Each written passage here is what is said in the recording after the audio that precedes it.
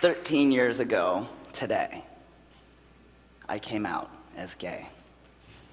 And it was a huge, huge relief. And at the time, I remember thinking, thank God I'll never have to do that again. Turns out I was wrong. Because 2 years ago, I came out again. Only this time, instead of announcing that I wasn't attracted to the opposite gender, I announced that I was the opposite gender. The day I was born, a doctor slapped me on the ass and said, "It's a girl." But the problem was that I never really felt like one. But in our society, gender isn't about how we feel. It's about how we look. It's assigned to us the moment we're born by a doctor, based solely upon what's between our legs.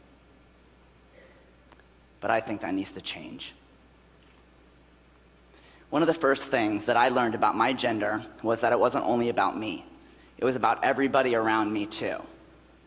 When I was a little kid, I was labeled a tomboy because I was a girl who wanted to do boy stuff, like run around in the yard without my shirt on.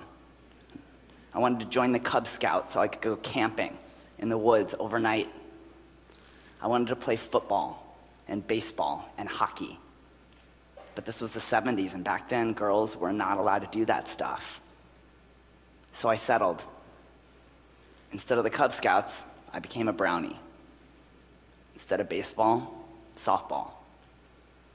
And instead of playing hockey, I did the next best thing. I went ice skating. But I had a plan. Because there was a rink near our house, and they rented boys' hockey skates. And I thought, well, if I can't be a hockey star, at least I can pretend to be one.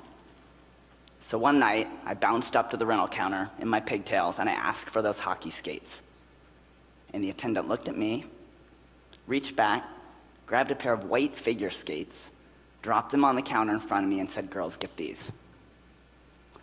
It didn't matter to him that I felt like a little boy on the inside because I looked like a little girl on the outside. How many of you here today are male? Raise your hand. First of all, totally jealous.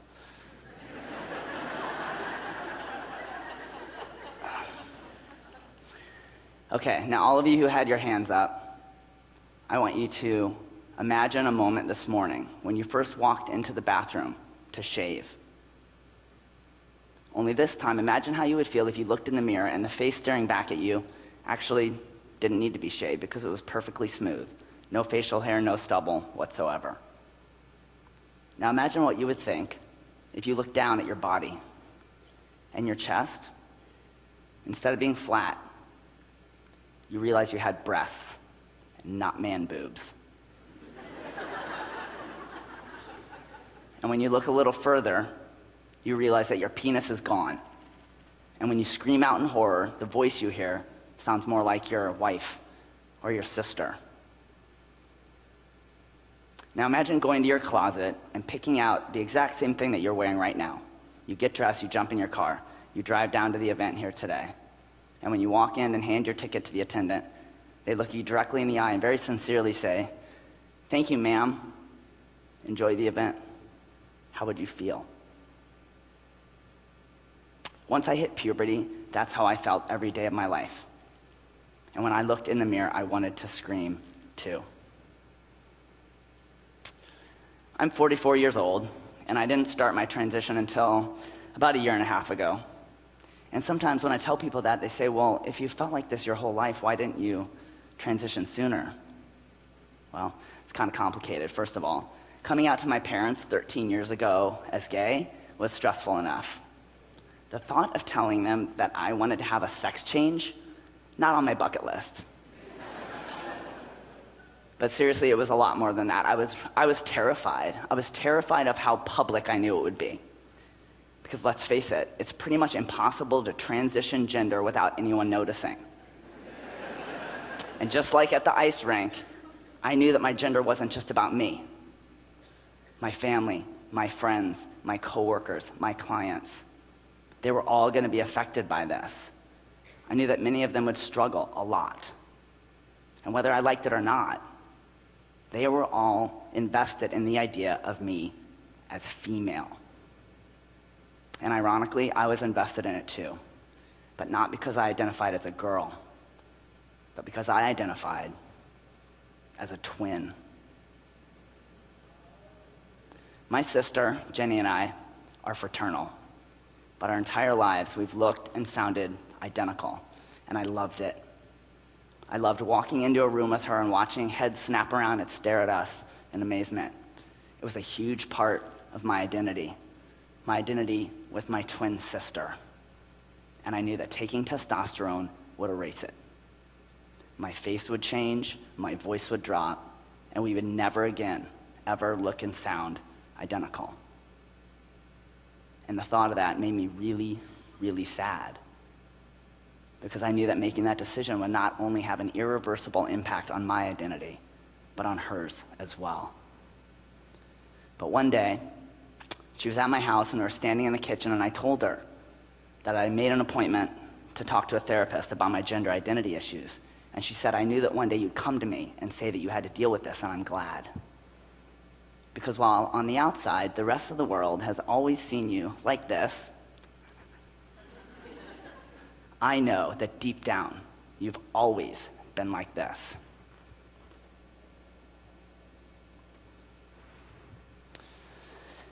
My gender journey hasn't been so much a giant leap as a series of giant leaps, 3 to be exact, starting with the one that I knew would have the biggest impact on me emotionally, and probably the smallest one on my identity as a twin, and that was my decision to have top surgery, to have my breasts surgically removed and my chest reconstructed to look male.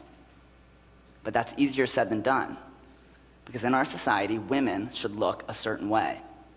And when you're born female and you voluntarily choose to have your breasts removed, people think there's something very, very wrong with you. Wrong enough that in order to have my surgery, my surgeon required a letter from my therapist diagnosing me with a mental condition called gender identity disorder. And wrong enough that when I went to make an appointment with my family doctor for my pre-surgical clearance, and he suspected what I might be having surgery for, not because I told him, because he Googled it, he refused to see me. And he'd been my doctor for over 10 years. And wrong enough that when I ended up in the emergency room a week after my surgery with a blood clot in my leg, I lied to the doctors and the nurses and the ultrasound techs and told them that I had had a breast reduction, because I was afraid if I told them the truth, they'd refuse to see me too. But not wrong enough that my health insurance company recognized my therapy and my surgery as medically necessary treatments for my diagnosed mental condition and would cover the costs. So I paid for those out of pocket. But despite all of that, the emotional impact of surgery was life-changing for me. For the first time since puberty, when I looked in the mirror, at least from here to here, it looked right. But then something happened. It was like as soon as I had my male chest, it became harder and harder for me to hear people call me by a female name, my female birth name, and female pronouns. So I made my second decision. I decided to legally change my name to Decker and ask that everybody in my life please call me by male pronouns.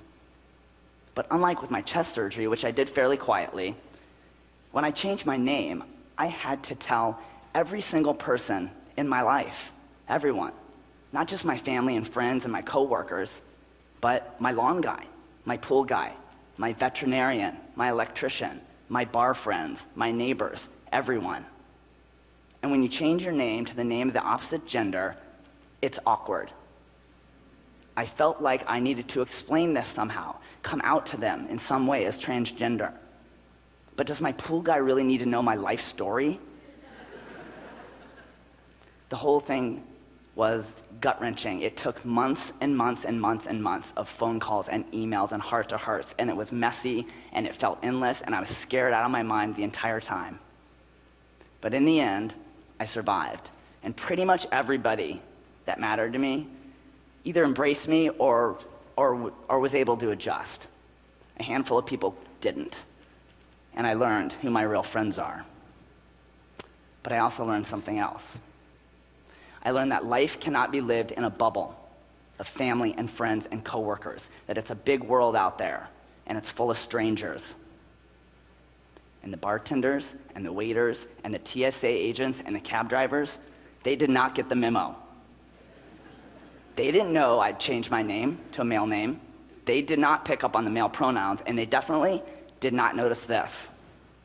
They noticed this. To them, I looked like a she. I sounded like a her or a ma'am. And so in the end, I made my third big decision. I chose to walk away from the part of my identity that I loved the very most, the part that I shared with my twin sister. I chose to take testosterone because by then I learned that that one hormone was the only way that the rest of the world was ever going to see this as anything other than female. And in the end, I really, really needed them to see me the way that I've always seen myself. And today, they do. Whenever I meet somebody new, they see me as male. And they see me like this. But the cool thing is that my sister sees me that way too.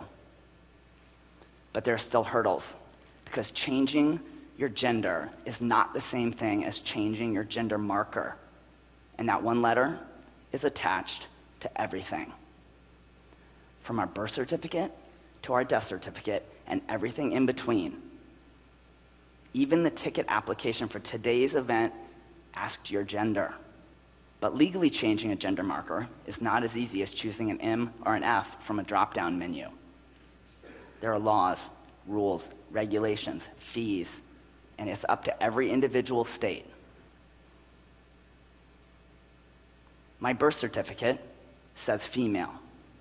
I was born in the state of Missouri, and in that state, to change a gender marker on a birth certificate requires a court order based upon proof of surgery. But I live in Arizona, so for me to get that would mean making a court date, buying a plane ticket, flying to Missouri, paying a fee, standing in front of a judge with a letter that says I got my boobs cut off. Thanks. Taking that court order to the Department of Vital Records, only to have them issue me a birth certificate marked amended. So essentially anyone who saw my new birth certificate would know that I was born female anyway. If I had been born here in the state of Ohio, I'd have it even worse, because this is one of 3 states in the country where gender marker changes on a birth certificate aren't allowed for any reason ever. My driver's license and my health insurance both still say female, because it's a really good idea if those 2 things match. But changing them both to male could give my health insurance company the right to deny my coverage for anything having to do with my female anatomy, because the way they see it, men don't get things like ovarian cancer. My social security card, female. My college transcripts, female. And on and on and on. So despite everything that I've done to get the world to see me as male, on paper, I'm still female. Our world is set up to keep us in these 2 boxes. But why? Is all of this gendering really necessary? Just for a minute, I want you to throw out everything that you know about what's male and what's female. Throw it out. And imagine a world where gender isn't left up to doctors or judges. One where we're all able to claim our own gender based on what's between our ears, rather than have it assigned to us based on what's between our legs. Here, we're all able to self-identify as male, as female, as both, or as neither. And here we never assume someone else's gender because of how they look, how they sound, or because of what name they go by. In this world, when you walk up and hand your TEDx ticket to the attendant, instead of them automatically saying, "Sir" or "Ma'am," they say, "Enjoy the event today, my friend." And when you sit down and start chatting with the stranger next to you, before they ask you what you do for a living, They ask you which pronouns you prefer to go by. In this world, I wonder, would I have gotten those hockey skates and joined a team, or become an Eagle Scout, or a football coach? Would I have had to change my birth name because it was too female, or take testosterone to be seen as male, and sacrifice part of my identity as a twin? Would my chest surgery simply have been seen as cosmetic surgery, something that I chose to do to feel happy in my own body, like fixing a birth defect? In this world, one free from this rigid binary, I wonder, would I have had to come out as transgender at all? Today just happens to be National Coming Out Day. And if we had been born, if we lived in a world that I just described, perhaps I would have walked up onto this stage today and come out to you as an artist, or a writer, as a dog lover, or an ESPN junkie, or a lifelong Dolly Parton fan. Or maybe I simply would have walked out here and come out to you as who I am. Thank you.